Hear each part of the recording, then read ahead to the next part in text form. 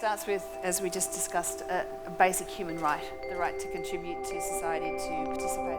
But we can take what the Human Rights Commission has done and you can go out and... It's such a no-brainer for businesses to embrace diversity because the community is diverse and it needs to be reflected in the workforce. And there are so many benefits from a bottom line point of view for a business to be inclusive and to be broad-ranging and to have everyone involved in the community involved at every level. So I think businesses know the benefits, but putting them into action is really important, and to have this suite of resources launched by the Human Rights Commission I think is integral to getting real change and real beneficial change occurring.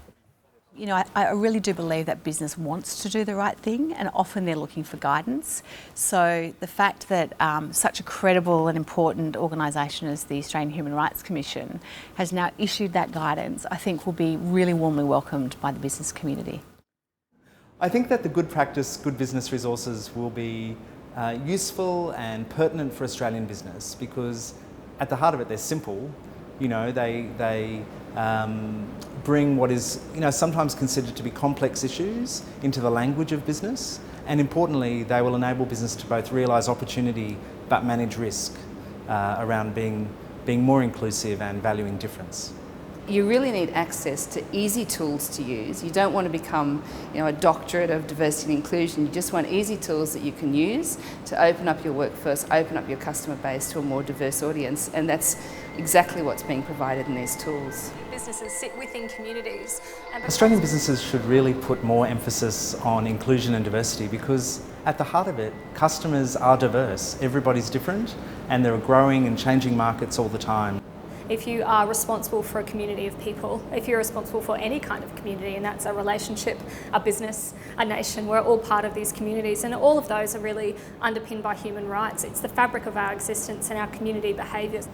Inclusion and diversity in the workplace is important, just because that's how you're going to get access to the workers who want to work with you. The society is always changing, always has been changing, and the businesses that are successful are the ones who change with it, or the ones who participate in the change.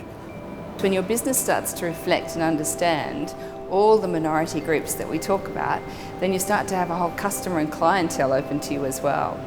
By people's daily environment and action. I think it's fantastic just to have it really spelt out clearly for businesses, rather than trying to source information themselves. To have it all laid out clearly, a one-stop shop as it were for businesses to go to, is fantastic to be able to provide the correct information and to open a bit of a conversation with businesses large and small about how they can embrace and bring about diversity and inclusion to the workforce.